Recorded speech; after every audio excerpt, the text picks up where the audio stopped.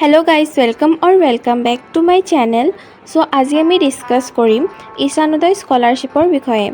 এই স্কলাৰশ্বিপটো প্ৰত্যেক বছৰে এইচএছ পাছ কৰা ষ্টুডেণ্টসকলক প্ৰদান কৰা হয় আৰু এই স্কলাৰশ্বিপটো প্ৰায় নৰ্থ ইষ্টৰ 10,000 ষ্টুডেণ্টক প্ৰদান কৰা হয়।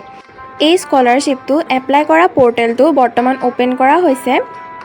তোমালোকে এতিয়াৰ পৰা এই স্কলাৰশ্বিপটোৰ বাবে এপ্লাই কৰিব পাৰিবা। 25th জুনৰ পৰা এটো ওপেন কৰা হৈছে আৰু তোমালোকে অক্টোবৰ মান্থলৈকে কৰিব পাৰিবা। আৰু এই স্কলাৰশ্বিপটোৰ বাবে কোনো পাৰ্চেন্টেজৰ ক্ৰাইটেৰিয়া নাই, গতিকে তোমালোকে যিমানেই পাৰ্চেন্টেজ পালেও এই স্কলাৰশ্বিপটোৰ বাবে এপ্লাই কৰিব পাৰিবা। যিহেতু এটো নৰ্থ ইষ্টৰ 10,000 ষ্টুডেণ্টক দিয়া হয়, গতিকে ইয়াৰ কাট অফটো অকণ হাই যায়। গতিকে যদি তোমালোকে 65 or 70 পাৰ্চেন্টেজৰ ওপৰত পাইছা, দেন এই স্কলাৰশ্বিপটোৰ বাবে এপ্লাই কৰি থ'ব পাৰা।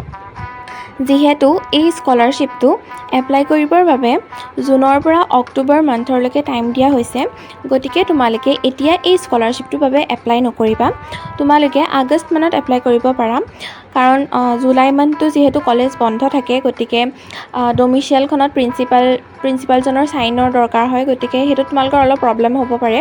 গতিকে সেইকাৰণে তোমালোকে এতিয়া খৰধৰকৈ কৰিব নালাগে, জাষ্ট তোমালোকে আগষ্ট মানত কৰিবা। আৰু যদি কিবা ডাউট থাকে দেন কমেণ্ট কৰি সুধিবা। আৰু ঈশানোদয় ৰিলেটেড ভিডিঅ'ছবোৰ পাবলৈ চেনেলটো ছাবস্ক্ৰাইব কৰি থবা আৰু লাইক এটা কৰি দিবা। Thank you so much for watching।